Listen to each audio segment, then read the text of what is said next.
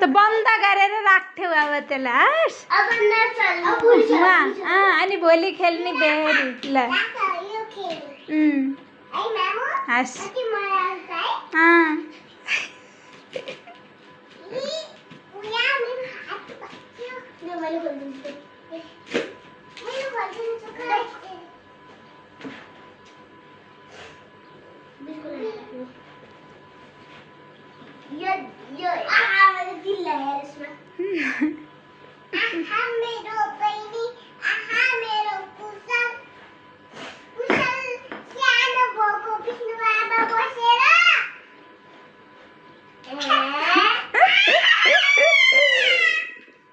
भनेको